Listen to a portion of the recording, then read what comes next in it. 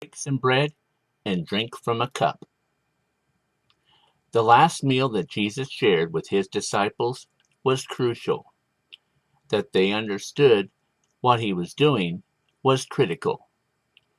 Jesus was explaining the purpose of his life, his mission, that in order to save man from his sin, this had to be done. He also wanted them to know of the part each would play, the retelling of his life, and the words he would say. He broke some bread, gave thanks to God, and gave it to each. "This is my body, which be given for you," began his speech. "Do this in remembrance of me," was his first request. You can guess that they were all, at this point, fairly stressed. Then he took a cup of wine, gave thanks to God, and passed it around. The next statement he would make would be even more profound. "This is my blood of the new covenant, which is poured out for you. Do this in remembrance of me," which in fact would come true. Two concepts which symbolize his sacrifice today, each just as important in their role they would finally play.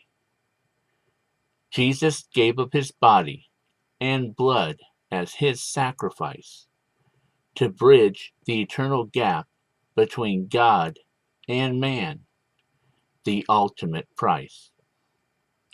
The entire purpose of Jesus' life was to save each of us. There is by only one name which man may be saved: Jesus.